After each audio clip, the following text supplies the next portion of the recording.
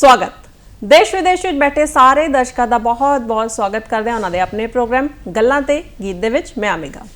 स्वस्थ रहने का एक बहुत वधिया तरीका जो असी सारी दुनिया नूं दिता है, पूरे विश्व नूं दिता है, वो है योग। योग नाल असी तंदुरुस्त रह सकते हैं, बहुत सारियां बीमारियां नूं अपने तो दूर रख सकते हैं।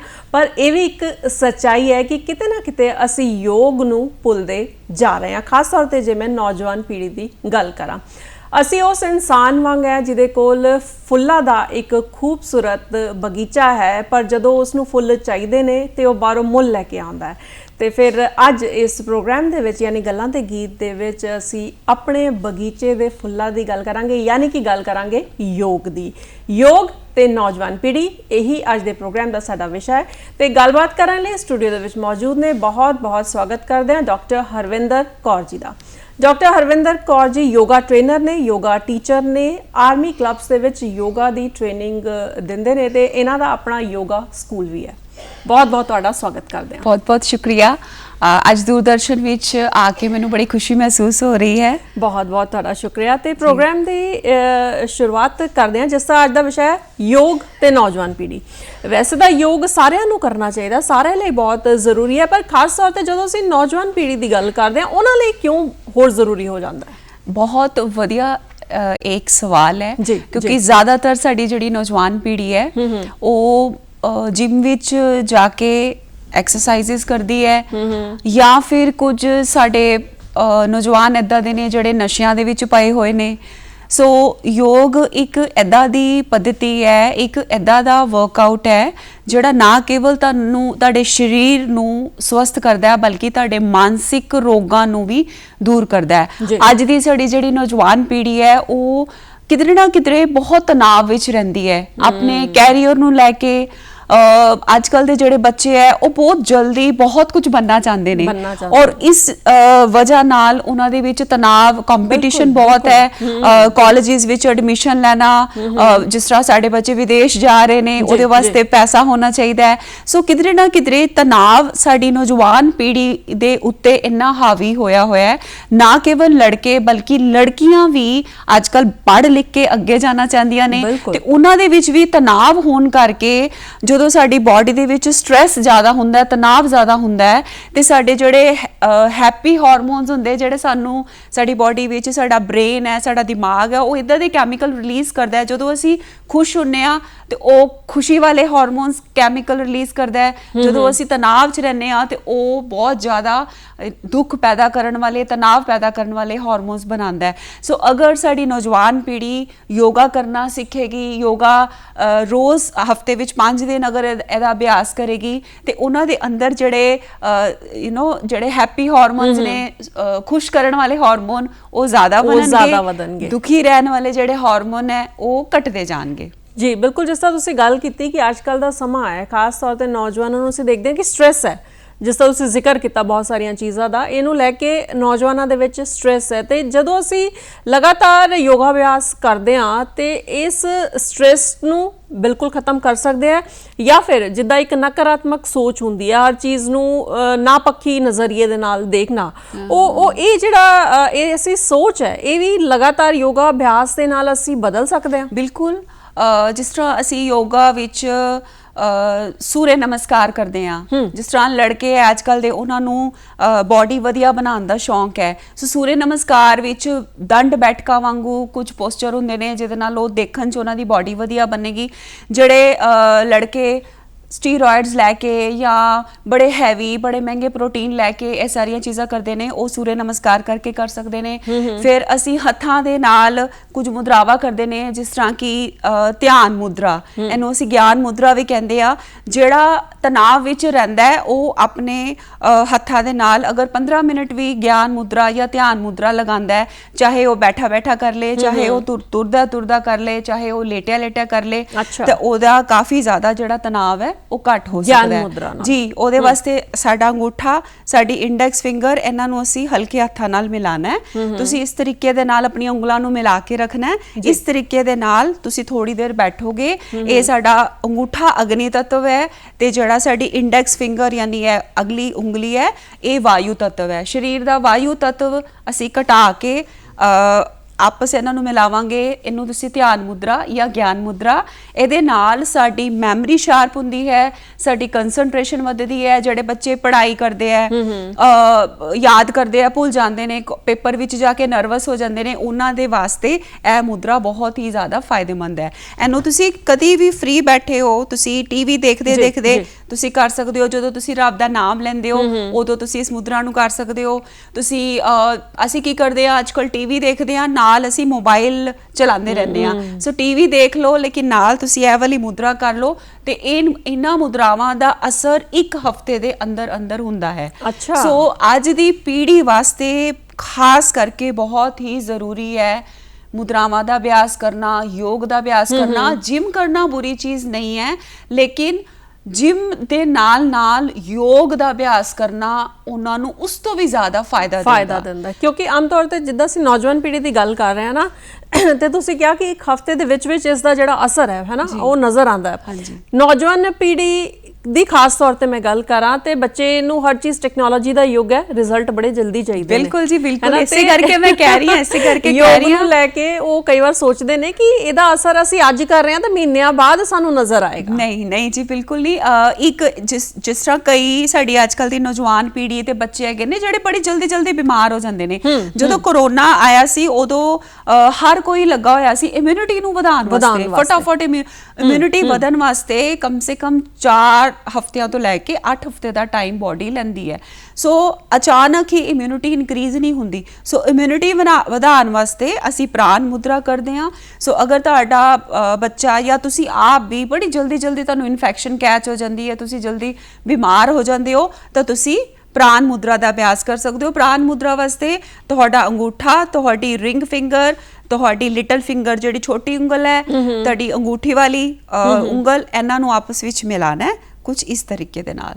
ਅਗਰ ਤੁਸੀਂ ਚਾਹੁੰਦੇ ਹੋ ਕਿ ਤੁਹਾਨੂੰ ਕੋਈ ਨਾ ਦੇਖੇ, ਕਿ ਤੁਹਾਨੂੰ ਕੋਈ ਦੇਖੇ ਕਿ ਇਹ ਕੀ ਕਰ ਰਹੇ ਹੋ, ਤੁਸੀਂ ਆਪਣੇ ਹੱਥਾਂ ਨੂੰ ਇਸ ਤਰੀਕੇ ਦੇ ਨਾਲ ਵੀ ਰੱਖ ਸਕਦੇ ਹੋ। ਸੋ ਪ੍ਰਾਣ ਮੁਦਰਾ ਦਾ ਅਭਿਆਸ ਕਰਨ ਦੇ ਨਾਲ ਇੱਕ ਤਾਂ ਤੁਸੀਂ ਜਲਦੀ ਬਿਮਾਰ ਨਹੀਂ ਹੁੰਦੇ, ਦੂਸਰਾ ਤੁਹਾਡੀ ਜਿਹੜੀ ਉਮਰ ਹੈ ਉਹ ਬਹੁਤ ਜਲਦੀ ਤੁਸੀਂ ਜਲਦੀ ਬੁੱਢੇ ਨਹੀਂ ਹੁੰਦੇ। ਸੋ ਇਹਨੂੰ ਅਸੀਂ ਐਂਟੀ ਏਜਿੰਗ ਮੁਦਰਾ ਵੀ ਕਹਿੰਦੇ ਆ। ਸੋ ਜਿਹੜੀਆਂ ਸਾਡੀਆਂ ਮਾਤਾਵਾਂ ਭੈਣਾਂ ਉਹ ਵੀ ਇਸ ਮੁਦਰਾ ਦਾ ਅਭਿਆਸ ਕਰ ਸਕਦੀਆਂ ਨੇ। ਇਹ ਤਾਂ ਤੁਸੀਂ ਬੜੀ ਵਧੀਆ ਮੁਦਰਾ ਡਾਕਟਰ ਹਰਵਿੰਦਰ ਜੀ ਸਿਖਾਈ, ਕਿਉਂਕਿ ਆਮ ਤੌਰ ਤੇ ਇਹ ਫਿਕਰ ਹੁੰਦਾ ਹੈ ਜਦੋਂ ਬੱਚੇ ਜਿੱਦਾਂ ਉਮਰ ਉਹਨਾਂ ਦੀ ਵੱਧਦੀ ਜਾਂਦੀ ਹੈ ਨਾ, ਸੋਚਦੇ ਨੇ ਕਿ ਖਾਸ ਤੌਰ ਤੇ ਮੈਂ ਕੁੜੀਆਂ ਦੀ ਗੱਲ ਕਰਾਂ ਕਿ ਸਾਡੀ ਖੂਬਸੂਰਤੀ ਘਟ ਰਹੀ ਹੈ, ਅੱਖਾਂ ਤੇ ਚਸ਼ਮਾ ਅੱਜ ਕੱਲ ਲੱਗ ਜਾਂਦਾ ਹੈ ਬੱਚਿਆਂ ਨੂੰ ਬਹੁਤ ਜਲਦੀ। ਇਹ ਚਸ਼ਮਾ ਉਤਾਰਨ ਵਾਸਤੇ ਵੀ ਇੱਕ ਬਹੁਤ ਵਧੀਆ ਮੁਦਰਾ ਹੈ। ਅੱਛਾ, ਮਤਲਬ ਜੇ ਅੱਖਾਂ ਦੇ ਵਿੱਚ ਚਸ਼ਮਾ ਹੈ ਤੇ ਲਗਾਤਾਰ ਕਿੰਨੀ ਦੇਰ ਇਸ ਨੂੰ ਕਰਨਾ ਚਾਹੀਦਾ? 15 ਮਿੰਟ ਵੀ ਅਗਰ ਕੋਈ ਰੋਜ਼ ਇਹਨੂੰ ਕਰਦਾ ਹੈ ਤਾਂ ਉਹਨੂੰ ਬਹੁਤ ਅੱਛਾ ਰਿਜ਼ਲਟ ਮਿਲਦਾ ਹੈ।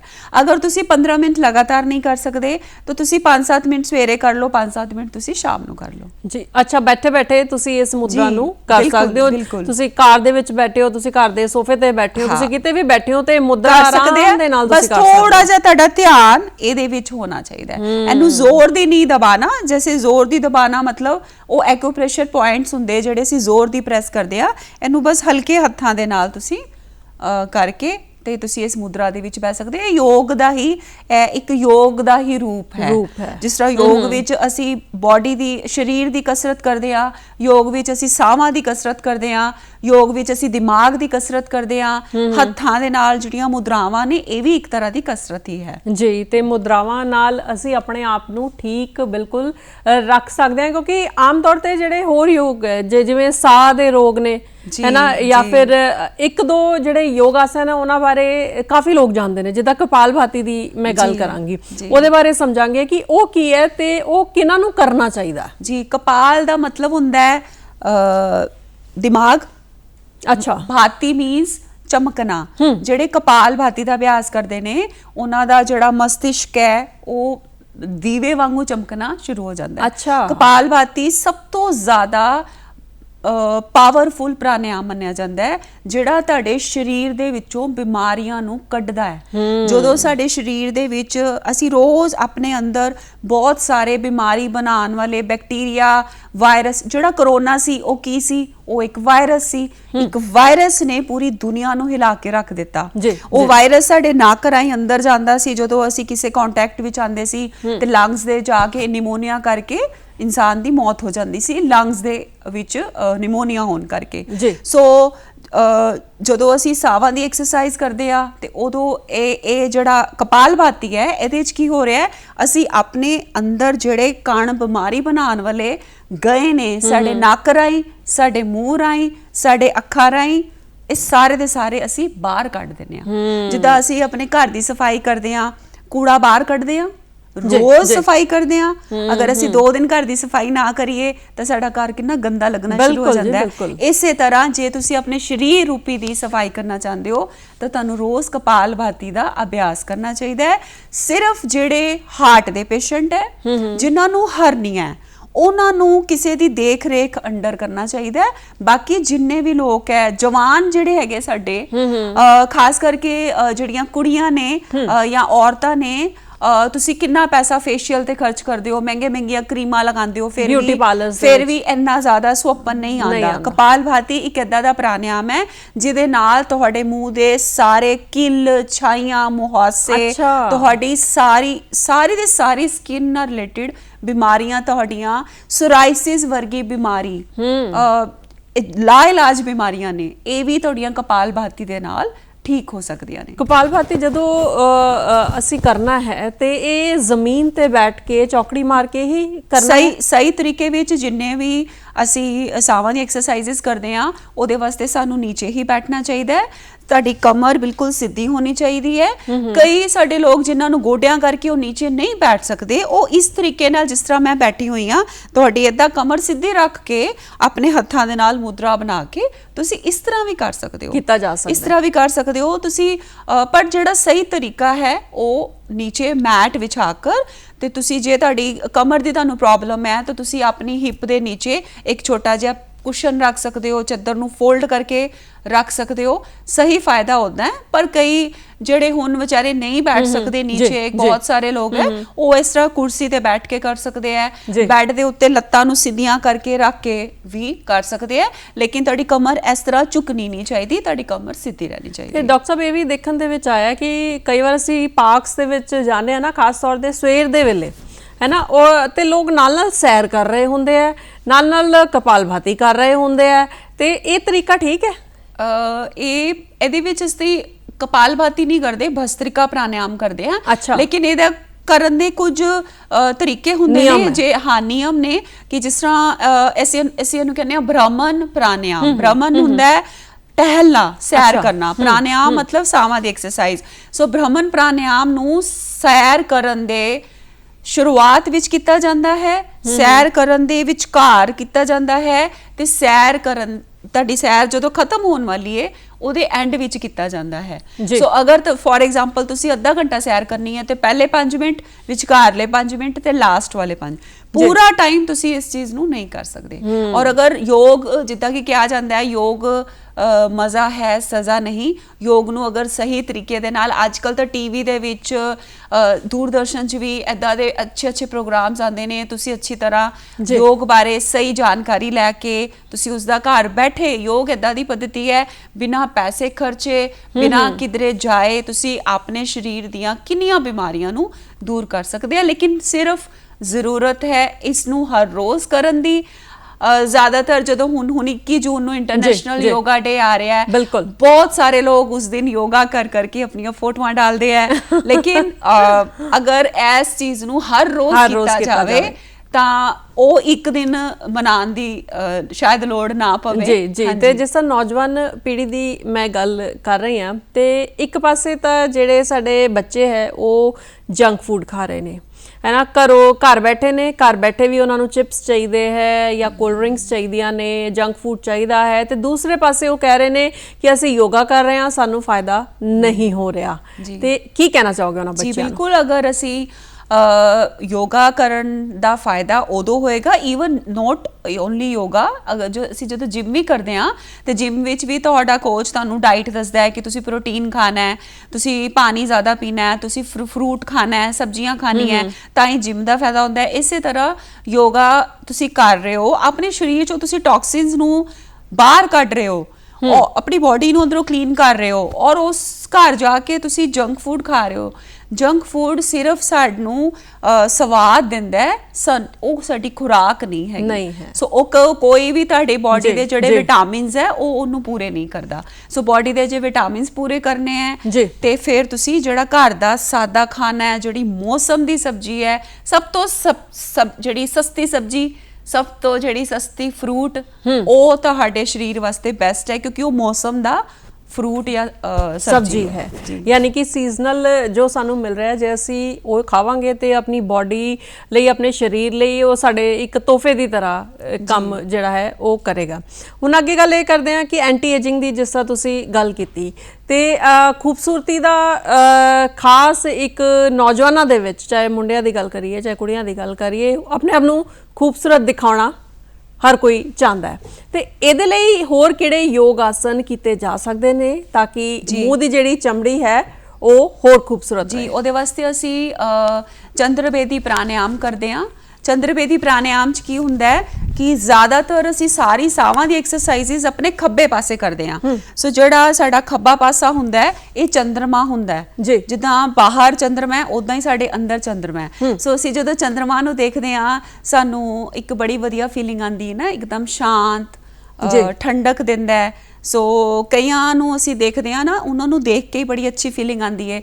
ਕਈਆਂ ਨੂੰ ਅਸੀਂ ਦੇਖਦੇ ਹਾਂ ਤੇ ਇੱਦਾਂ ਲੱਗਦਾ ਹੈ ਕਿ ਇਹਦੇ ਨਾਲ ਗੱਲ ਵੀ ਨਾ ਕਰੀਏ। ਸੋ ਸਾਡੇ ਬਾਡੀ ਦਾ ਜਦੋਂ ਚੰਦਰਮਾ ਸਵਰ ਅਸੀਂ ਐਕਟੀਵੇਟ ਕਰਾਂਗੇ, ਸਾਡੀ ਚਮੜੀ ਆਪਣੇ ਆਪ ਵਧੀਆ ਹੋਣੀ ਸ਼ੁਰੂ ਹੋ ਜਾਏਗੀ। ਸਾਡੀ ਮਤਲਬ ਜਿਹੜੀ ਬਿਊਟੀ ਰਿਲੇਟਡ ਪ੍ਰੋਬਲਮਸ ਹੈ ਉਹ ਸਾਰੀਆਂ ਦੂਰ ਹੋਣੀਆਂ ਸ਼ੁਰੂ ਹੋ ਜਾਣਗੀਆਂ। ਇਹਦੇ ਨਾਲ ਨਾਲ ਅਸੀਂ ਜਲ ਮੁਦਰਾ, ਜਿੱਦਾਂ ਅੱਜ ਅਸੀਂ ਜ਼ਿਆਦਾ ਹਸਤ ਮੁਦਰਾ ਦੇ ਉੱਤੇ ਗੱਲ ਕਰ ਰਹੇ ਹਾਂ। ਸੋ ਜਲ ਮੁਦਰਾ ਤੁਹਾਡੀ ਅੰਗੂਠਾ ਤੇ ਲਿਟਲ ਫਿੰਗਰ, ਇਹਨੂੰ ਅਗਰ ਤੁਸੀਂ ਮਿਲਾ ਦੋਗੇ ਤਾਂ ਇਹ ਸਰੀਰ ਵਿੱਚ ਜਲ ਨੂੰ ਵਧਾਉਂਦੀ ਹੈ। ਅੱਛਾ। ਜਦੋਂ ਜਲ ਕਹਿੰਦੇ ਨਾ ਪਾਣੀ ਜ਼ਿਆਦਾ ਪੀਣਾ ਚਾਹੀਦਾ ਚਮੜੀ ਦੇ ਰੋਗਾਂ ਨੂੰ ਦੂਰ ਕਰਨ ਲਈ, ਸੋ ਇਹ ਜਲ ਮੁਦਰਾ ਕਰਨ ਦੇ ਨਾਲ ਤੁਹਾਡੀ ਸਕਿਨ ਜਿਹੜੀ ਹੈ ਬੱਚਿਆਂ ਵਾਂਗੂ ਸੌਫਟ ਹੋ ਜਾਂਦੀ ਹੈ। ਅੱਛਾ, ਮਤਲਬ ਜਲ ਮੁਦਰਾ ਜੇ ਅਸੀਂ ਕਰਦੇ ਹਾਂ ਤੇ ਆਪਣੀ ਖੂਬਸੂਰਤੀ ਨੂੰ ਹੋਰ ਵਧਾ ਸਕਦੇ ਹਾਂ। ਬਿਲਕੁਲ ਜੀ, ਬਿਲਕੁਲ ਜੀ। ਤੇ ਬਹੁਤ ਸੌਖਾ ਤਰੀਕਾ ਹੈ, ਬੜੀ ਆਰਾਮ ਦੇ ਨਾਲ ਅਸੀਂ ਬੈਠੇ ਬੈਠੇ ਜਲ ਮੁਦਰਾ ਨੂੰ ਕਰਕੇ ਬਿਨਾਂ ਪੈਸੇ ਲਗਾਏ, ਹਾਂਜੀ, ਬਿਨਾਂ ਪੈਸੇ ਲਗਾਏ ਅਸੀਂ ਆਪਣੀ ਜਿਹੜੀ ਚਮੜੀ ਨੂੰ ਵਧੀਆ, ਆਪਣੀ ਸਕਿਨ ਨੂੰ ਵਧੀਆ ਕਰ ਸਕਦੇ ਹਾਂ। ਤੇ ਡਾਕਟਰ ਸਾਹਿਬ, ਜਿਸ ਤਰ੍ਹਾਂ ਦਿਨ ਦੀ ਸ਼ੁਰੂਆਤ ਦੀ ਗੱਲ ਕਰੀਏ ਕਿ ਸ਼ੁਰੂ ਦੇ ਵਿੱਚ ਹੀ ਮਤਲਬ ਜਿੱਦਾਂ ਸਵੇਰ ਹੁੰਦੀ ਹੈ ਸਾਨੂੰ ਉਸ ਵੇਲੇ ਯੋਗ ਕਰਨਾ ਚਾਹੀਦਾ, ਜਿਸ ਤਰ੍ਹਾਂ ਅਕਸਰ ਅਸੀਂ ਸੁਣਿਆ, ਨਾਲ ਦੀ ਨਾਲ ਕੁਝ ਐਸੀ ਖਾਣ ਜਾਂ ਪੀਣ ਦੀ ਚੀਜ਼ ਸਵੇਰੇ ਸਾਨੂੰ ਲੈਣੀ ਚਾਹੀਦੀ ਹੈ ਜਿਹਦੇ ਨਾਲ, ਖਾਸ ਤੌਰ ਤੇ ਮੈਂ ਨੌਜਵਾਨਾਂ ਦੇ ਸੰਦਰਭ ਦੇ ਵਿੱਚ ਇਹ ਗੱਲ ਕਰ ਰਹੀ ਹਾਂ, ਤਾਂ ਕਿ ਹੋਰ ਚਮੜੀ ਜਿਹੜੀ ਹੈ ਉਸ ਦੀ ਚਮਕ ਬਰਕਰਾਰ ਰਹੇ। ਜੀ, ਸਵੇਰੇ ਉੱਠਦੇ ਸਾਰ ਸਾਨੂੰ ਉਸ ਨੂੰ ਅਸੀਂ ਊਸ਼ਾ ਪਾਨ ਕਹਿੰਦੇ ਆ ਯੋਗ ਵਿੱਚ। ਊਸ਼ਾ ਮਤਲਬ ਸਵੇਰ, ਪਾਨ ਮਤਲਬ ਡਰਿੰਕ। ਸੋ ਜ਼ਿਆਦਾਤਰ ਡਰਿੰਕ ਲੋਕਾਂ ਦਾ ਚਾਹ, ਕਾਫੀ ਹੁੰਦਾ ਹੈ। ਬਿਲਕੁਲ ਬਿਲਕੁਲ, ਜ਼ਿਆਦਾਤਰ। ਸੋ ਪਿੰਡਾਂ ਵਿੱਚ ਸ਼ਾਇਦ ਸ਼ਰਾਬ ਵੀ ਹੁੰਦੀ ਹੋਊਗੀ ਕਿਸੇ ਕਿਸੇ ਦੀ, ਬਟ ਹੋਣੀ ਨਹੀਂ ਚਾਹੀਦੀ। ਸੋ ਊਸ਼ਾ ਪਾਨ ਜਿਹੜਾ ਯੋਗ ਵਿੱਚ ਹੁੰਦਾ ਹੈ ਉਹ ਹੁੰਦਾ ਹੈ ਕਿ ਤੁਸੀਂ ਥੋੜਾ ਕੋਸਾ ਪਾਣੀ ਪੈਰਾਂ ਭਾਰ ਬਹਿ ਕੇ, ਉਕੜੂ ਆਸਨ ਕਿਹਾ ਜਾਂਦਾ ਹੈ, ਉਹਦੇ ਨਾਲ ਤੁਹਾਡੇ ਕਦੀ ਗੋਡੇ ਖਰਾਬ ਨਹੀਂ ਹੋਣਗੇ, ਤੁਹਾਨੂੰ ਕਦੀ ਕਬਜ਼ ਦੀ ਸਮੱਸਿਆ ਨਹੀਂ ਹੋਏਗੀ, ਤੁਹਾਡਾ ਪੇਟ ਸਾਫ਼ ਹੋਏਗਾ। ਪੇਟ ਸਾਫ਼ ਕਰਨ ਵਾਸਤੇ ਤੁਹਾਨੂੰ ਦਵਾਈਆਂ ਨਹੀਂ ਖਾਣੀਆਂ ਪੈਣਗੀਆਂ। ਸੋ ਉਕੜੂ ਆਸਨ ਵਿੱਚ ਬੈਠ ਕੇ ਔਰ ਤੁਸੀਂ ਗਰਮ ਪਾਣੀ ਥੋੜਾ ਪੀਣਾ ਹੈ। ਉਹਦੇ ਵਿੱਚ ਤੁਸੀਂ ਅਗਰ ਤੁਸੀਂ ਆਪਣੀ ਬਿਊਟੀ ਇਨਹੈਂਸ ਕਰਨਾ ਚਾਹੁੰਦੇ ਹੋ ਤਾਂ ਜਿਹੜੀ ਘਰ ਦੀ ਪਿਓਰ ਹਲਦੀ ਹੁੰਦੀ ਹੈ ਉਹਦਾ ਬਿਲਕੁਲ ਅੱਧਾ ਚਮਚਾ ਉਸ ਗਰਮ ਪਾਣੀ 'ਚ ਪਾ ਕੇ ਤੁਸੀਂ ਪੀ ਸਕਦੇ ਹੋ। 2 3 4 5 ਗਿਲਾਸ ਜਿੰਨੀ ਤੁਹਾਡੀ ਕਪੈਸਿਟੀ ਹੈ, ਬਿਨਾਂ ਬਰਸ਼ ਕਰੇ ਤੁਸੀਂ ਊਸ਼ਾ ਪਾਨ ਕਰਨਾ ਹੈ।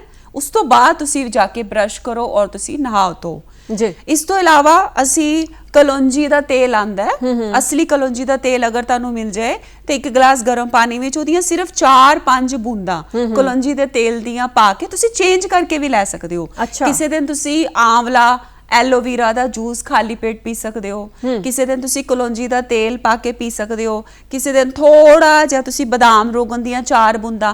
ਇਹ ਜਿਹੜੇ ਤੇਲ ਹੁੰਦੇ ਨੇ ਗਰਮ ਪਾਣੀ 'ਚ ਅਸੀਂ ਸਵੇਰੇ ਖਾਲੀ ਪੇਟ ਪੀਂਦੇ ਆ, ਇਹਦਾ ਸਭ ਤੋਂ ਵੱਡਾ ਫਾਇਦਾ ਹੁੰਦਾ ਹੈ ਸਾਡਾ ਪੇਟ ਸਾਫ਼ ਹੁੰਦਾ ਹੈ। ਸਾਨੂੰ ਕਬਜ਼ ਵਰਗੀ ਜਿਹੜੀ ਕਿ ਅੱਜ 100 ਚੋਂ 70 ਲੋਕਾਂ ਨੂੰ ਕਬਜ਼ ਦੀ ਪ੍ਰੋਬਲਮ ਹੈ ਕਿਉਂਕਿ ਸਾਡਾ ਖਾਣ ਪੀਣ ਗਲਤ ਹੈ ਜਾਂ ਜ਼ਿਆਦਾਤਰ ਲੋਕ ਕੁਰਸੀ ਤੇ ਬੈਠ ਕੇ ਆਫਿਸ ਵਿੱਚ ਕੰਮ ਕਰਦੇ ਨੇ।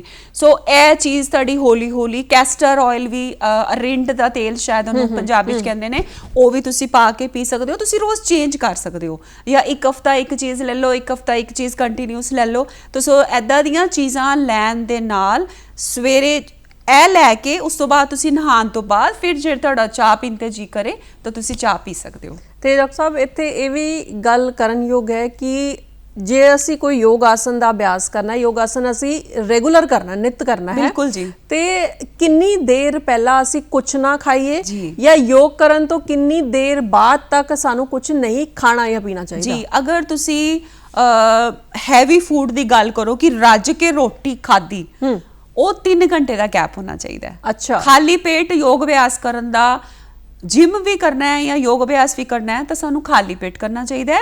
ਲੇਕਿਨ ਕਈ ਵਾਰ ਹੁੰਦਾ ਹੈ, ਕਈ ਜਿੱਦਾਂ ਔਰਤਾਂ ਸਾਡੀਆਂ ਮਹਿਲਾਵਾਂ ਹੁੰਦੀਆਂ ਨੇ, ਉਹਨਾਂ 'ਚ ਕਮਜ਼ੋਰੀ ਹੁੰਦੀ ਹੈ, ਉਹ ਖਾਲੀ ਪੇਟ ਕਰਦੀਆਂ ਤਾਂ ਉਹਨਾਂ ਨੂੰ ਚੱਕਰ ਆਉਂਦਾ ਹੈ। ਕੋਈ ਵੀ ਐਕਸਰਸਾਈਜ਼ ਕਰਦੀਆਂ ਉਹਨਾਂ ਵਾਸਤੇ ਹੈਗਾ, ਕੋਈ ਇੱਕ ਐਪਲ, ਇੱਕ ਸੇਬ ਖਾ ਸਕਦੀ ਹੈ, ਜਾਂ ਰਾਤ ਨੂੰ ਜਿਹੜੇ ਡਰਾਈ ਫਰੂਟਸ ਹੁੰਦੇ ਆ ਤੁਸੀਂ ਪਾਣੀ 'ਚ ਭਿਓ ਕੇ ਰੱਖ ਦਿਓ, ਉਹ ਥੋੜੇ ਜਿਹੇ ਡਰਾਈ ਫਰੂਟ ਤੁਸੀਂ ਖਾ ਕੇ ਫਿਰ ਕਰ ਸਕਦੇ ਹੋ।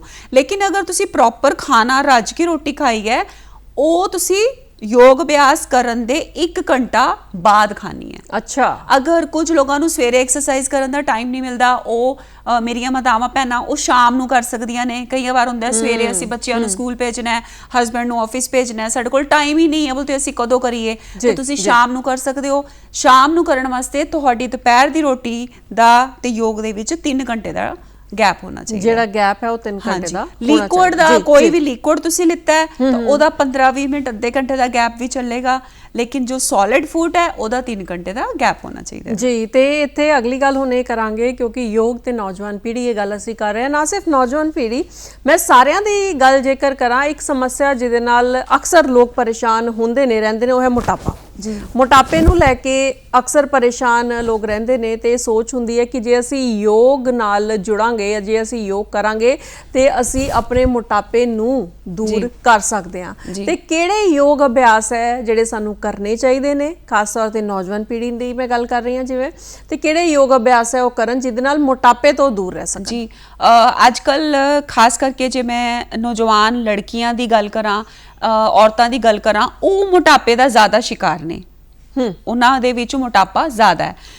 ਉਹਦਾ ਸਭ ਤੋਂ ਵੱਡਾ ਕਾਰਨ ਹੈ ਹਾਰਮੋਨਲ ਪ੍ਰੋਬਲਮ। ਹਾਰਮੋਨ ਦੀਆਂ ਪ੍ਰੋਬਲਮ ਸਾਡੇ ਦਰਸ਼ਕ ਵਾਕਫ ਹੋਣੇ ਇਸ ਗੱਲ ਦੇ ਕਿ ਉਹਨਾਂ ਦੀ ਫੈਮਿਲੀ ਵਿੱਚ ਜਾਂ ਉਹਨਾਂ ਦੇ ਆਸ-ਪਾਸ ਬਹੁਤ ਸਾਰੀਆਂ ਇੱਦਾਂ ਦੀਆਂ ਲੜਕੀਆਂ, ਇੱਦਾਂ ਦੀਆਂ ਲੇਡੀਜ਼ ਹੈਗੀਆਂ ਜਿਨ੍ਹਾਂ ਨੂੰ ਹਾਰਮੋਨ, PCOD ਦੀ ਪ੍ਰੋਬਲਮ, ਫਾਈਬਰਾਇਡ ਦੀ ਪ੍ਰੋਬਲਮ, ਥਾਇਰਾਇਡ ਦੀ ਪ੍ਰੋਬਲਮ, ਇਹਦਾ ਕਿਧਰੇ ਨਾ ਕਿਧਰੇ ਜਿਹੜਾ ਸਭ ਤੋਂ ਵੱਡਾ ਕਾਰਨ ਹੁੰਦਾ ਉਹ ਤਣਾਅ ਹੁੰਦਾ ਹੈ। ਸੋ ਜਦੋਂ ਅਸੀਂ ਜਿਵੇਂ ਮੈਂ ਪ੍ਰੋਗਰਾਮ ਦੇ ਸ਼ੁਰੂ 'ਚ ਦੱਸਿਆ, ਜਦੋਂ ਅਸੀਂ ਤਣਾਅ 'ਚ ਰਹਿੰਦੇ ਹਾਂ ਤੇ ਸਾਡੀ ਬਾਡੀ 'ਚ ਜਿਹੜੇ ਸਟ੍ਰੈਸ ਹਾਰਮੋਨਸ ਬਣਦੇ ਹੈ, ਉਹ ਸਾਡੀ ਔਰਤਾਂ ਦੇ ਜਿਹੜੇ ਹਾਰਮੋਨ ਇਹ ਸਾਰੇ ਫੰਕਸ਼ਨ ਕਰਦੇ ਹੈ, ਸਾਡਾ weight ਕੰਟਰੋਲ ਕਰਦੇ ਹੈ, ਉਹ ਉਹਨੂੰ ਡਿਸਟਰਬ ਕਰ ਦਿੰਦੇ ਹੈ, ਜਿਹਦੇ ਕਰਕੇ ਮੈਂ ਬਹੁਤ ਸਾਰੀਆਂ ਲੜਕੀਆਂ ਦੇਖਦੀ ਹਾਂ ਜਿਮ ਦੇ ਵਿੱਚ ਇੰਨੀ ਜ਼ਿਆਦਾ ਐਕਸਰਸਾਈਜ਼ ਕਰਦੀਆਂ ਨੇ, ਲੋਕੀ ਡਾਈਟ ਵੀ ਲੈਂਦੇ ਨੇ, ਫਿਰ ਵੀ ਪਤਲੇ ਨਹੀਂ ਹੁੰਦੇ। ਫਿਰ ਵੀ ਪਹਿਲੇ ਲੋਕੀ ਥੋੜੀ ਜਿਹੀ ਸੈਰ ਕਰਦੇ ਸੀ ਨਾਲ ਹੀ ਪਤਲੇ ਹੋ ਜਾਂਦੇ ਸੀ। ਅੱਜ ਤੋਂ ਅਗਰ ਮੈਂ 15 ਸਾਲ ਪਿੱਛੇ ਜਾਵਾਂ, ਲੇਕਿਨ ਅੱਜ ਕੱਲ ਸਾਰਾ ਕੁਝ ਕਰਕੇ ਫਿਰ ਢੇਰੀ ਢਾ ਦਿੰਦੇ ਨੇ ਕਿ ਨਹੀਂ, ਮੈਂ ਨਹੀਂ ਪਤਲੀ ਹੋ ਸਕਦੀ। ਸੋ ਇਸ ਸਿਚੁਏਸ਼ਨ ਵਿੱਚ ਜਦੋਂ ਤੁਸੀਂ ਕਪਾਲਭਾਤੀ ਪ੍ਰਾਣਾਯਾਮ ਕਰਦੇ ਹੋ ਰੋਜ਼ ਘੱਟੋ ਘੱਟ 25-30 ਮਿੰਟ, 45 ਮਿੰਟ, 1 ਘੰਟਾ, ਹੌਲੀ ਹੌਲੀ ਤੁਸੀਂ ਅਭਿਆਸ ਵਧਾਉਣਾ ਹੈ, ਉਦੋਂ ਤੁਹਾਨੂੰ ਘੱਟ ਜ਼ੋਰ 'ਚ ਹੀ ਤੁਹਾਡੀ ਜਿਹੜੀ ਹੈ weight ਘਟਣਾ ਸ਼ੁਰੂ ਹੋ ਜਾਏਗਾ। ਔਰ ਅਗਰ ਤੁਸੀਂ ਧਿਆਨ ਲਗਾਉਂਦੇ ਹੋ, ਮੈਡੀਟੇਸ਼ਨ ਦਾ ਅਭਿਆਸ ਕਰਦੇ ਹੋ, ਉਹਦੇ ਨਾਲ ਵੀ ਤੁਹਾਡਾ ਵਜ਼ਨ ਕਮ ਹੋ ਸਕਦਾ ਹੈ। ਹੁਣ ਦਰਸ਼ਕ ਕਹਿਣਗੇ ਮੈਡੀਟੇਸ਼ਨ ਵਿੱਚ ਤਾਂ ਚੁੱਪ ਕਰਕੇ ਬਹਿਣਾ ਹੁੰਦਾ ਹੈ ਜਾਂ ਲੇਟਣਾ ਹੀ ਹੁੰਦਾ ਸਿਰਫ, ਉਹਦੇ ਵਿੱਚ ਭਾਰ ਕਿੱਦਾਂ ਘਟੇਗਾ? ਉਹਦੇ 'ਚ ਭਾਰ ਕਿੱਦਾਂ ਘਟੇਗਾ? ਉਹਦੇ 'ਚ ਤੁਹਾਡਾ ਤਣਾਅ ਦੂਰ ਹੋਏਗਾ। ਜਦੋਂ ਤੁਹਾਡਾ ਤਣਾਅ ਦੂਰ ਹੋਏਗਾ, ਤੁਹਾਡੇ ਜਿਹੜੇ ਔਰਤਾਂ ਦੇ ਹਾਰਮੋਨ ਹੈ, ਈਵਨ ਆਦਮੀਆਂ ਵਿੱਚ ਵੀ ਉਹਨਾਂ ਦੇ ਵੀ ਜਿਹੜੇ ਹਾਰਮੋਨ ਹੁੰਦੇ ਨੇ, ਮੇਲ ਹਾਰਮੋਨ, ਉਹ ਵੀ ਤਣਾਅ ਦੇ ਨਾਲ ਡਿਸਟਰਬ ਹੁੰਦੇ ਨੇ, ਉਹਨਾਂ ਦੇ ਵਿੱਚ ਵੀ ਪ੍ਰੋਬਲਮਸ ਆਉਂਦੀਆਂ ਨੇ। ਸੋ ਜੇ ਅਸੀਂ ਆਪਣੇ ਬਾਡੀ ਦੇ, ਜਿੱਦਾਂ ਪਹਿਲੇ ਥਾਇਰਾਇਡ ਦੀ ਪ੍ਰੋਬਲਮ ਬਹੁਤ ਘੱਟ ਹੁੰਦੀ ਸੀ, ਅੱਜ ਕੱਲ ਥਾਇਰਾਇਡ ਦੀ ਪ੍ਰੋਬਲਮ ਇੰਨੀ ਜ਼ਿਆਦਾ, ਖਾਂਸੀ ਜ਼ੁਕਾਮ ਵਾਂਗੂ ਹਰ ਦੂਸਰੇ ਬੰਦੇ ਨੂੰ ਥਾਇਰਾਇਡ ਹੁੰਦਾ ਹੈ। ਸੋ ਥਾਇਰਾਇਡ ਦਾ ਸਭ ਤੋਂ ਵੱਡਾ ਕਾਰਨ ਤਣਾਅ ਹੁੰਦਾ ਹੈ। ਸੋ ਤਣਾਅ ਨੂੰ ਅਸੀਂ ਮੈਡੀਟੇਸ਼ਨ ਤੇ ਧਿਆਨ ਲਗਾ ਕੇ ਦੂਰ ਕਰਨਾ ਹੈ, ਔਰ ਘੱਟ ਐਫਰਟ ਵਿੱਚ ਵੀ ਤੁਸੀਂ ਬਿਨਾਂ ਪੈਸਾ ਖਰਚੇ ਵੀ ਤੁਸੀਂ ਬਹੁਤ ਜਲਦੀ ਪਤਲੇ ਹੋ ਸਕਦੇ ਹੋ। ਆਪਣੀ ਗੱਲਬਾਤ ਇਸ ਤਰ੍ਹਾਂ ਕਰਦੇ ਰਵਾਂਗੇ। ਫਿਲਹਾਲ ਜੀ ਗੱਲਾਂ ਤੇ ਗੀਤ ਪ੍ਰੋਗਰਾਮ ਦੇ ਵਿੱਚ ਸੁਣਦੇ ਹਾਂ ਤੇ ਦੇਖਦੇ ਹਾਂ ਇੱਕ ਖੂਬਸੂਰਤ ਗੀਤ।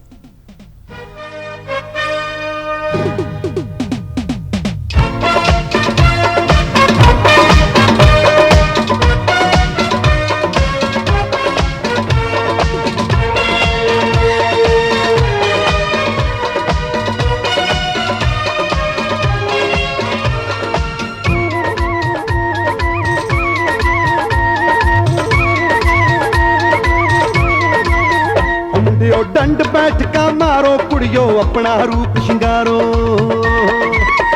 मुंडियो डंड बैठका मारो कुड़ियो अपना रूप शिंगारो। सिर तो सुस्ती पर उतारो थोनू की मजबूरी है, पल की मजबूरी है। बाकी दे कम बात पहला,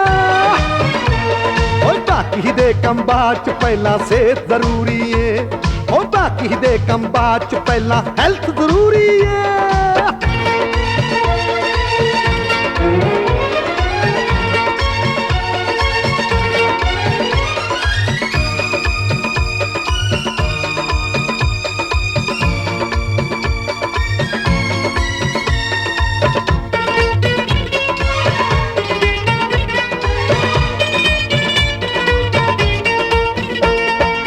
सोहने लगते कुंदे होए शरीर जवाना दे, सोहने लगते कुंदे होए शरीर जवाना दे, जेड़े पासे लंगो चर्चे होण तूफाना दे। हो पोते वांगू बुल लमकदे डरदे खा खा के, चिलमा वर्गी कर ली बूथी सूटे ला ला के। आखर नू कम आउणी जेड़ी खादी चूरी है, ओ खादी चूरी है। बाकी दे कम बात पहला, बाकी दे कम बात पहला सेहत जरूरी है, ओ बाकी दे कम बात पहला नो स्मोकिंग प्लीज।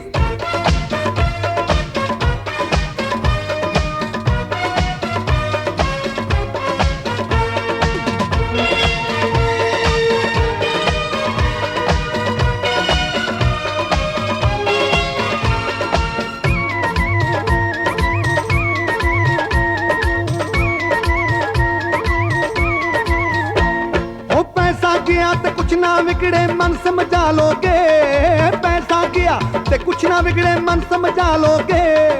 हथ पैर ना चले किथों नोट कमा लोगे, इज्जत गई ना लभदी सच्ची गल बजुर्गां दी। नरक भोग के करदे हो गल केड़े सुरगां दी, इत्थे कुछ ना करियागा की पौनी पूरी है, ओए पौनी पूरी है। बाकी दे कम बात पहला, बाकी दे कम बात लाला सेहत जरूरी है, और बाकी दे कम बात लाला सेहत जरूरी है। हाँ जी।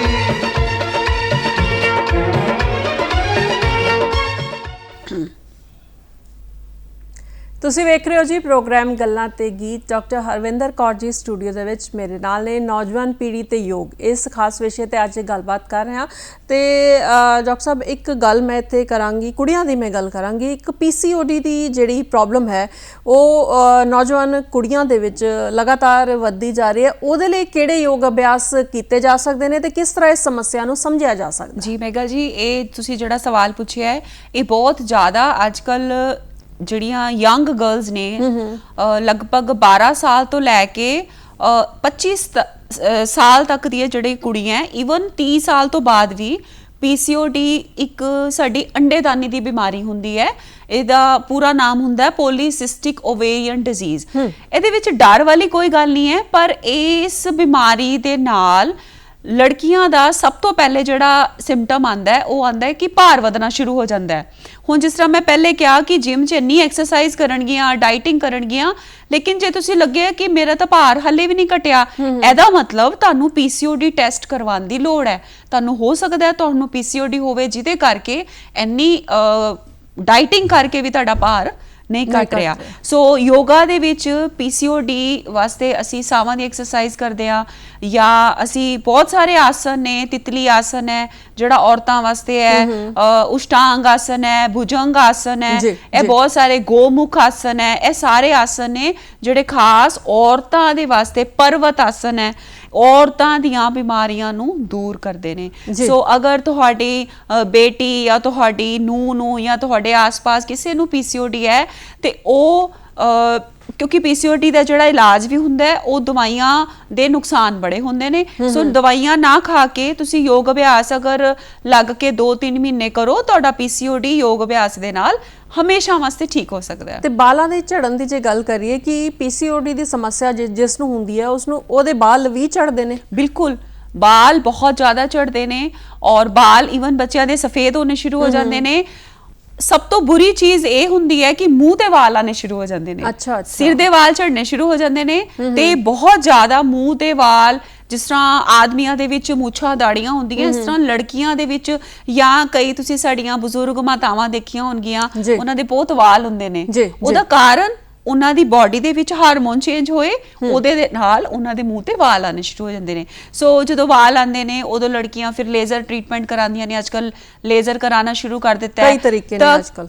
ਕਿਧਰੇ ਨਾ ਕਿਧਰੇ ਇਹਨਾਂ ਚੀਜ਼ਾਂ ਦੇ ਨੁਕਸਾਨ ਵੀ ਹੁੰਦੇ ਨੇ, ਬਟ ਹੁਣ ਮਜਬੂਰੀ ਹੈ। ਲੇਕਿਨ ਲੇਜ਼ਰ ਕਰਾਉਣ ਤੋਂ ਪਹਿਲਾਂ ਅਗਰ ਤੁਸੀਂ ਜਿਹੜੇ ਤੁਹਾਡੇ ਮੂੰਹ ਤੇ ਵਾਲ ਆ ਰਹੇ ਨੇ, ਅਗਰ ਤੁਹਾਡਾ ਡਾਕਟਰ ਦੱਸੇ ਕਿ ਤੁਹਾਨੂੰ ਪੀਸੀਓਡੀ ਕਰਕੇ, ਜ਼ਿਆਦਾ ਤਾਂ ਉਹੀ ਚਾਂਸਿਸ ਹੈ ਕਿ ਤੁਹਾਡੇ ਪੀਸੀਓਡੀ ਕਰਕੇ ਵਾਲ ਆ ਰਹੇ ਨੇ, ਤੁਸੀਂ ਉਹਦਾ ਸਹੀ ਇਲਾਜ ਕਰੋ। ਨਾਲ ਹੀ ਨਾਲ ਆਪਣਾ ਖਾਣ ਪੀਣ ਕੰਟਰੋਲ ਕਰੋ। ਨਾਲ ਹੀ ਨਾਲ ਹਫਤੇ 'ਚ ਸਿਰਫ 5 ਦਿਨ ਤੁਸੀਂ ਸਹੀ ਯੋਗ ਅਭਿਆਸ ਕਰੋ। ਤੁਹਾਡੀ ਪੀਸੀਓਡੀ ਦੇ ਸਾਰੇ ਸਿੰਪਟਮਸ ਜਿਹੜੇ ਹੈ, ਵਾਲ ਝੜਨੇ, ਕਈ ਵਾਰ ਬੱਚਿਆਂ ਦੇ ਵਿੱਚ ਖੂਨ ਦੀ ਕਮੀ ਲੜਕੀਆਂ ਦੇ ਵਿੱਚ ਹੁੰਦੀ ਹੈ। ਭਾਰਤ ਦੇ ਵਿੱਚ ਸਭ ਤੋਂ ਜ਼ਿਆਦਾ ਖੂਨ ਦੀ ਕਮੀ ਕੁੜੀਆਂ ਤੇ ਔਰਤਾਂ ਦੇ ਵਿੱਚ ਪਾਈ ਜਾਂਦੀ ਹੈ। ਸਾਡੇ ਭਾਰਤ ਵਿੱਚ ਸਭ ਤੋਂ ਜ਼ਿਆਦਾ ਅਨੀਮਿਕ ਗਰਲਸ ਤੇ ਲੇਡੀਜ਼ ਪਾਈਆਂ ਜਾਂਦੀਆਂ। ਸੋ ਖੂਨ ਦੀ ਕਮੀ ਹੋਣ ਨਾਲ ਵੀ ਸਾਨੂੰ ਇਹ ਸਾਰੀਆਂ ਪ੍ਰੋਬਲਮਸ ਆਉਂਦੀਆਂ, ਖਾਸ ਕਰਕੇ ਵਾਲ ਝੜਨਾ। ਸੋ ਵਿਟਾਮਿਨ D3 ਦੀ ਕਮੀ ਪਾਈ ਜਾਂਦੀ ਹੈ, ਵਿਟਾਮਿਨ B12 ਦੀ ਕਮੀ ਪਾਈ ਜਾਂਦੀ ਹੈ।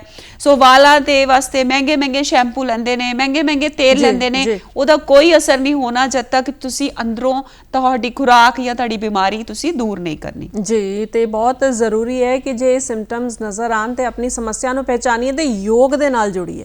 ਯੋਗ ਨਾਲ ਜੁੜ ਕੇ ਅਸੀਂ ਪੀਸੀਓਡੀ ਦੀ ਜਿਹੜੀ ਸਮੱਸਿਆ ਹੈ ਉਹਨੂੰ ਵੀ ਠੀਕ ਕਰ ਸਕਦੇ ਹਾਂ। ਜਿਸ ਤਰ੍ਹਾਂ ਬਾਲਾਂ ਦੇ ਝੜਨ ਦੀ ਗੱਲ ਹੋ ਰਹੀ ਹੈ ਨਾ, ਇਹ ਸਮੱਸਿਆ ਵਾਕਈ ਬਹੁਤ ਵੱਧ ਗਈ ਹੈ।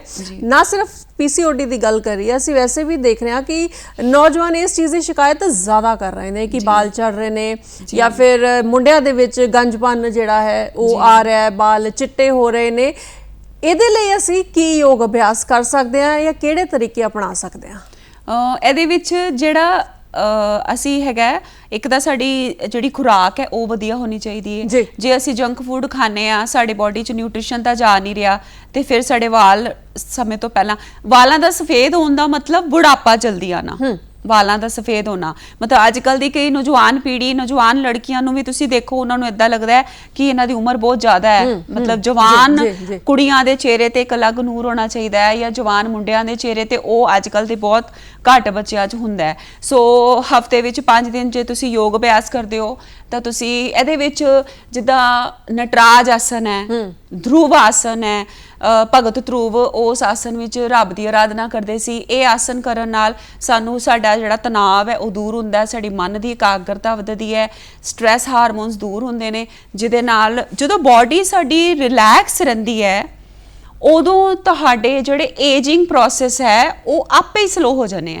ਜਦੋਂ ਤੁਸੀਂ ਤਣਾਅ 'ਚ ਰਹਿੰਦੇ ਹੋ, ਤੁਹਾਡੇ ਜਿਹੜੇ ਸੈਲਸ, ਜਿਹੜੇ ਬਾਡੀ ਦੇ ਜਿਹੜੀ ਟੁੱਟ ਫੁੱਟ ਜ਼ਿਆਦਾ ਹੁੰਦੀ ਹੈ, ਸੈਲਸ ਦੀ ਰਿਪੇਅਰ ਘੱਟ ਹੁੰਦੀ ਹੈ। ਤੁਸੀਂ ਅਗਰ ਜਲਦੀ ਬੁੱਢੇ ਨਹੀਂ ਹੋਣਾ ਚਾਹੁੰਦੇ ਤਾਂ ਤੁਹਾਡੇ ਸੈਲਸ ਦੀ ਰਿਪੇਅਰ ਹੋਣ ਵਾਸਤੇ ਸਾਰੀ ਉਹ ਚੀਜ਼ਾਂ ਤੁਸੀਂ ਕਰਨੀਆਂ ਨੇ। ਸੋ ਅਗਰ ਤੁਸੀਂ ਯੋਗਾ ਪਹਿਲੀ ਵਾਰੀ ਕਰਨਾ ਚਾਹੁੰਦੇ ਹੋ ਤਾਂ 1 ਮਹੀਨਾ ਜਾਂ 2 ਮਹੀਨਾ ਤੁਸੀਂ ਕਿਸੇ ਯੋਗਾ ਟੀਚਰ ਦੇ ਹੇਠਾਂ ਟ੍ਰੇਨਿੰਗ ਲੈ ਕੇ, ਆਪਣੀ ਬਿਮਾਰੀਆਂ ਦੱਸ ਕੇ, ਆਪਣੀ ਉਮਰ ਦੇ ਹਿਸਾਬ ਨਾਲ ਅਗਰ ਤੁਸੀਂ ਉਹਦਾ ਅਭਿਆਸ ਕਰੋਗੇ ਤਾਂ ਤੁਹਾਨੂੰ ਬਹੁਤ ਵਧੀਆ ਰਿਜ਼ਲਟ ਮਿਲੇਗਾ। ਤੇ ਡਾਕਟਰ ਅਰਵਿੰਦਰ, ਇੱਕ ਗੱਲ ਇੱਥੇ ਵੀ ਜ਼ਰੂਰ ਕਰਾਂਗੇ ਕਿ ਜਿਸ ਤਰ੍ਹਾਂ ਅਸੀਂ ਗੱਲ ਦੇਖ ਰਹੇ ਹਾਂ ਕਿ ਅੱਜ ਕੱਲ੍ਹ ਦਾ ਜੋ ਮਾਹੌਲ ਹੈ, ਬੱਚੇ ਜਿਹੜੇ ਹੈ ਉਹ ਕਾਫੀ ਦੇਰ ਬੈਠ ਕੇ ਪੜ੍ਹਦੇ ਨੇ, है ना, किन्नी देर वो कुर्सी ते बैठ के पढ़ते हैं। तो जे इस तो भी अगे गल करा, जेडे नौजवान बच्चे ने वो लैपटॉप के अगे, कंप्यूटर्स के अगे काफ़ी देर बैठते हैं। इस तो भी अगे गल करिए कि वर्क फ्रॉम होम जेडे लोग हैं वो भी बड़ी देर कुर्सी ते बैठते हैं। ऐसी सूरत दे विच असीं बैठे बैठे किहड़े योग अभ्यास नाल दी नाल कर सकते हैं जिहदे नाल असीं रिलैक्स, जिद्दां तुसीं हुण कुर्सी ते बैठे होए हो, तुसीं थोड़ी देर पहले तो सब तो पहला जे तुसीं सिस्टम ते ज़्यादा बैठते हो ਤਾਂ ਆਪਣੀਆਂ ਅੱਖਾਂ ਨੂੰ ਜ਼ਰੂਰ ਤੁਸੀਂ ਰਿਲੈਕਸ ਕਰਨਾ ਹੈ। ਆਪਣੇ ਹੱਥਾਂ ਨੂੰ ਤੁਸੀਂ ਰਬ ਕਰਕੇ, ਐਦਾਂ ਰਬ ਕਰਕੇ ਹੌਲੀ ਜਿਹਾ ਤੁਸੀਂ ਆਪਣੀ ਅੱਖਾਂ ਦੇ ਉੱਤੇ ਰੱਖਣਾ ਹੈ। ਥੋੜੀ ਦੇਰ ਆਪਣੇ ਆਪ ਨੂੰ ਰਿਲੈਕਸ ਕਰਨਾ ਹੈ, ਕਿਉਂਕਿ ਪੂਰਾ ਟਾਈਮ ਤੁਸੀਂ ਸਕਰੀਨ ਦੇ ਉੱਤੇ, ਤੁਹਾਡੀਆਂ ਅੱਖਾਂ ਤੁਹਾਡੇ ਨਾਨ ਸਟਾਪ ਤੁਹਾਡੀ ਬ੍ਰਾਈਟ ਲਾਈਟ ਅੱਖਾਂ ਤੇ ਪੈ ਰਹੀ ਹੈ, ਜਿਹੜੀ ਤੁਹਾਨੂੰ ਜਿਹੜੀ ਹੈ ਉਹ ਸਰਵਾਈਕਲ ਦੀ ਪ੍ਰੋਬਲਮ, ਸਿਰ ਦਰਦ ਦੀ, ਮਾਈਗ੍ਰੇਨ ਦੀ ਪ੍ਰੋਬਲਮ, ਕਮਰ ਦਰਦ ਦੀ ਪ੍ਰੋਬਲਮ, ਉਹ ਸਾਰੀ ਤੁਹਾਨੂੰ ਦਿੰਦੀ ਹੈ। ਸੋ ਐਦਾਂ ਕਮਰ ਸਿੱਧੀ ਕਰਕੇ ਤੁਸੀਂ ਥੋੜੀ ਜਿਹੀ ਪਹਿਲੇ ਗਰਦਨ ਦੀ ਇਸ ਤਰ੍ਹਾਂ ਮੂਵਮੈਂਟ ਕਰ ਸਕਦੇ ਹੋ, ਬਹੁਤ ਹੌਲੀ ਹੌਲੀ। ਜਦੋਂ ਵੀ ਤੁਹਾਨੂੰ ਸਹੀ ਮਾਨੇ 'ਚ ਤਾਂ ਹਰ 1 ਘੰਟੇ 2 ਘੰਟੇ ਬਾਅਦ ਕਰਨਾ ਚਾਹੀਦਾ ਹੈ। ਚਾਹੇ ਤੁਸੀਂ ਖੜੇ ਹੋ ਕੇ ਕਰ ਲਓ, ਚਾਹੇ ਤੁਸੀਂ ਕੁਰਸੀ ਤੇ ਬੈਠੇ ਬੈਠੇ ਇਸ ਤਰ੍ਹਾਂ ਢੋ ਲਾ ਕੇ ਨਹੀਂ ਬੈਠਣਾ, ਕਮਰ ਨੂੰ ਬਿਲਕੁਲ ਸਿੱਧਾ ਕਰਕੇ ਥੋੜੀ ਦੇਰ ਬਾਅਦ ਫਿਰ ਤੁਸੀਂ ਗਰਦਨ ਨੂੰ ਇਸ ਤਰ੍ਹਾਂ ਕਰ ਲਓ। ਉਸ ਤੋਂ ਬਾਅਦ ਗਰਦਨ ਨੂੰ ਇਸ ਤਰ੍ਹਾਂ ਰਾਈਟ ਜਿਹੜਾ ਤੁਹਾਡਾ ਕੰਨ ਹੈ ਉਹਨੂੰ ਰਾਈਟ ਮੋਢੇ ਤੇ ਰੱਖਣ ਦੀ ਕੋਸ਼ਿਸ਼ ਕਰਨਾ ਹੈ। ਜੇ ਤੁਹਾਨੂੰ ਚੱਕਰ ਆਉਂਦੇ ਹੈ, ਤੁਹਾਨੂੰ ਸਰਵਾਈਕਲ ਦੀ ਪ੍ਰੋਬਲਮ ਹੈ, ਤੁਸੀਂ ਅੱਖਾਂ ਬੰਦ ਨਹੀਂ ਕਰਨੀਆਂ, ਅੱਖਾਂ ਖੁੱਲੀਆਂ ਰੱਖ ਕੇ ਕਰਨੀ ਹੈ। ਅਦਰਵਾਈਜ਼ ਅੱਖਾਂ ਬੰਦ ਕਰਕੇ ਕਰੋਗੇ ਤੁਹਾਨੂੰ ਜ਼ਿਆਦਾ ਫਾਇਦਾ ਹੋਏਗਾ। ਉਸ ਤੋਂ ਬਾਅਦ ਤੁਸੀਂ ਦੂਸਰੇ ਪਾਸੇ ਕਰ ਲਓ। ਉਸ ਤੋਂ ਬਾਅਦ ਤੁਸੀਂ ਆਪਣੀ ਕਮਰ ਨੂੰ ਕੁਝ ਇਸ ਤਰੀਕੇ ਦੇ ਨਾਲ ਇਸ ਤਰ੍ਹਾਂ ਟਰਨ ਕਰ ਲਓ, ਥੋੜਾ ਪਿੱਛੇ ਦੇਖ ਲਓ, ਫਿਰ ਇਸ ਤਰ੍ਹਾਂ ਅੱਗੇ ਇੱਕ ਹੱਥ ਰੱਖ ਕੇ ਫਿਰ ਦੂਜੇ ਪਾਸੇ ਕਰ ਲਓ।